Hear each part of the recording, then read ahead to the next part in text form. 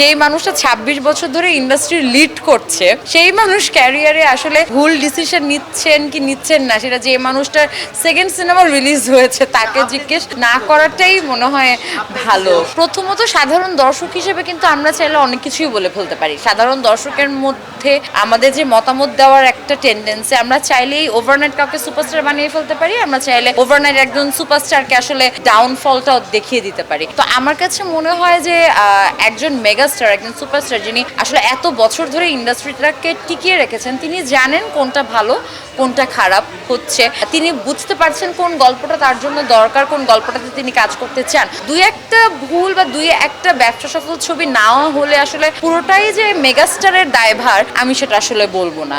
So তিনি ভালো জানেন তিনি কিভাবে তার সামনের পথটা বেছে নেবেন। না, এখনো আমার রকস্টার দেখার সুযোগ হয়নি। আসলে যেটা হয় যে ঈদে তো এই প্রথম আমার সিনেমা রিলিজ হয়েছে, সো এইটা একটা অন্য ধরনের মানসিক চাপ আমার জন্য। তো অন্য কোনো মুভি দেখার সময় আমার এখনো হয়ে ওঠেনি, কিন্তু হ্যাঁ, রকস্টার রোহিত আমার দেখার ইচ্ছে আছে এবং লিস্টেও আছে, সময় সুযোগ পেলে অবশ্যই দেখা হবে।